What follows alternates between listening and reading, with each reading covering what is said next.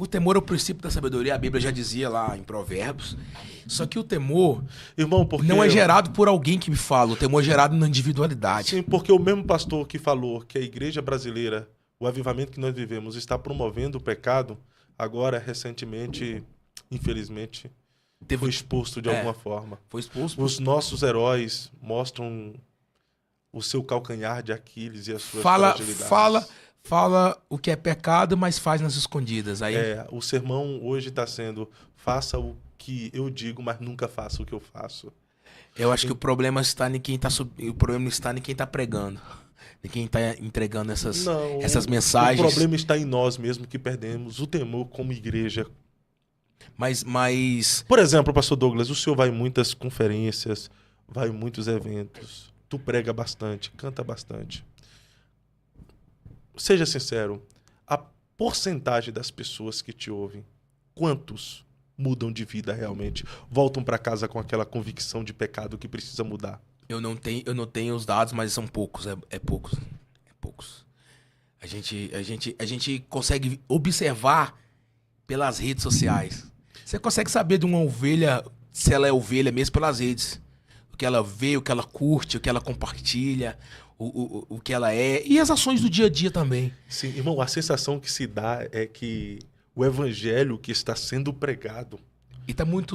Não tá causando mudando, efeito. Não tá causando efeito, cara. Não tá havendo mais convicção de pecado, não está havendo mais pesar pelo pecado. E quando há alguém que prega sobre isso em púlpitos, igual o meu amigo pastor Eliseu Rodrigues de Goiânia, que ele fala muito, ele confronta muito sobre o pecado, os vídeos dele são muito polêmicos. E quando há alguém que bate muito no pecado, chama essa pessoa de chata, de quadrada.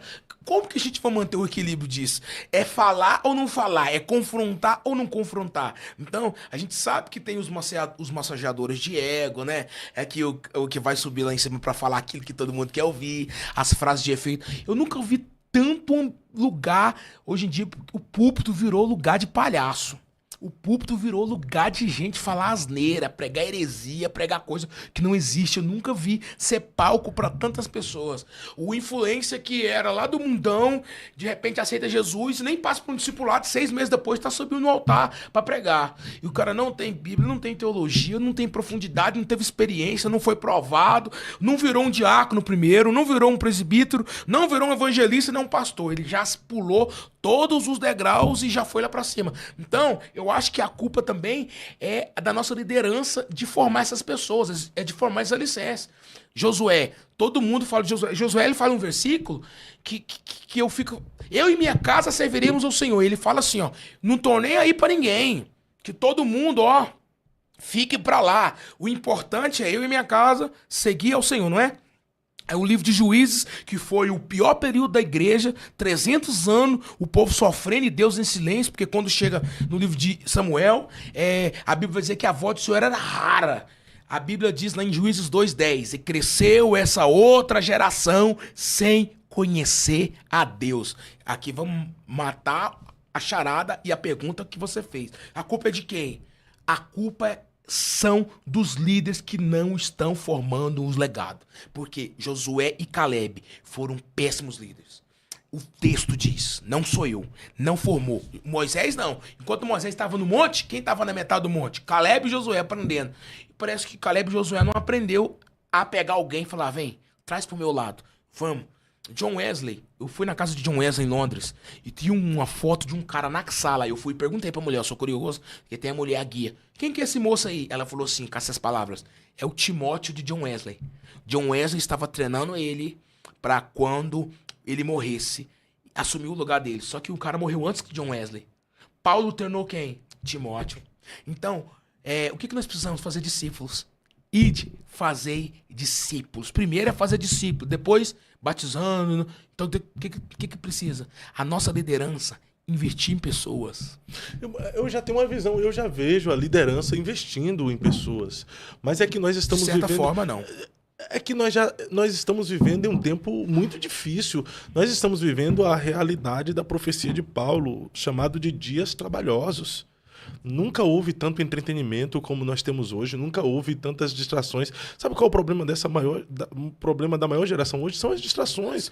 O cara ouve uma mensagem de confronto na igreja, que mexe com ele, mexe com a alma dele. Pô, ele sai da igreja, 15 minutos depois, a distração faz ele esquecer daquilo que ele ouviu. Ele saiu da igreja dizendo, pô, eu vou orar mais, eu vou buscar mais e tal. Aí entra no TikTok e vê uma dancinha, meu irmão. Ali a mente já vai longe. Nem toda distração é pecado, mas a distração, ela te paralisa para chegar no destino do seu propósito. Aí o que acontece, aí já perde aquilo lá, já foi pro pecado, o pecado desanima dele viver uma vida de santidade. Um abismo chamando outro abismo. Chamando outro, porque assim, ou você ora e mata o pecado, ou o pecado vai matar você. Aí nós vamos falar sobre a mente novamente, né? O Joseph Murphy vai dizer que nossa mente é dividida em duas. A mente boa e a mente ruim, aquela historinha.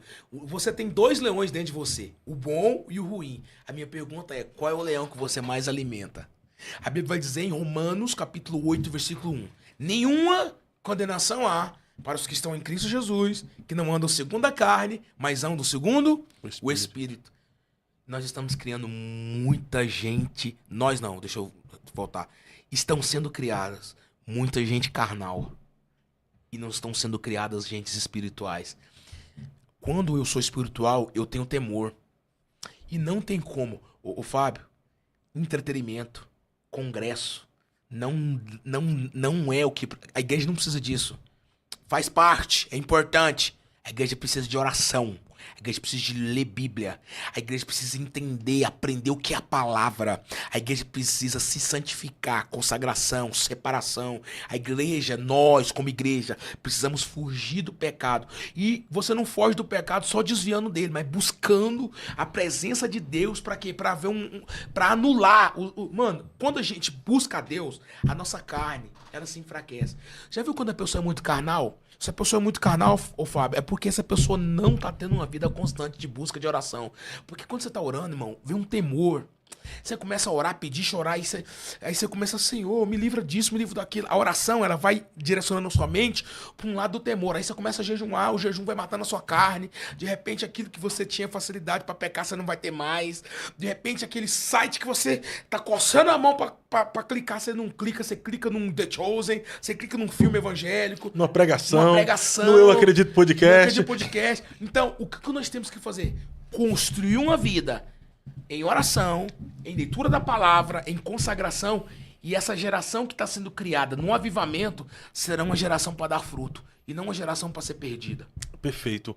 Pastor Douglas, eu separo muito santidade de avivamento e avivamento de santidade.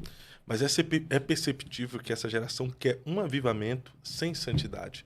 O avivamento não vem antes da santidade.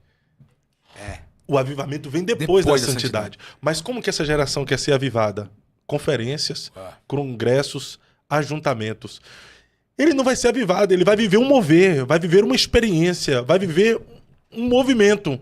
Mas se ele ficar apegado apenas àquela experiência do culto, da conferência, do congresso, ele não vai conseguir levar isso para a vida. Vai ser muito superficial. Superficial, porque é só apenas um momento. Mas todo avivamento que é precedido por uma vida de santidade é um avivamento real. Porque está escrito assim, ó, santificai-vos, porque amanhã eu farei maravilha no meio de vós. Primeiro veio a santidade, depois veio a maravilha.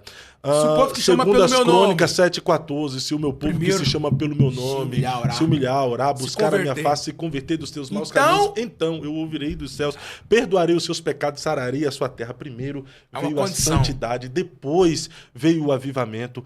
Nenhum avivamento real, verdadeiro, veio antes do arrependimento. Avivamento não deve ser um evento. Avivamento deve ser lágrima. Avivamento deve ser arrependimento. Avivamento deve ser corações contristados. Avivamento deve ser rendição. Avivamento deve ser prostração, prostrar-nos diante do Todo-Poderoso que tem poder. Primeiro precisamos nos converter, perceber onde nós estamos errando, aonde nós estamos falhando como igreja, como servos de Deus, reconhecer os nossos vacilos, os nossos erros, nos prostrar diante da cruz.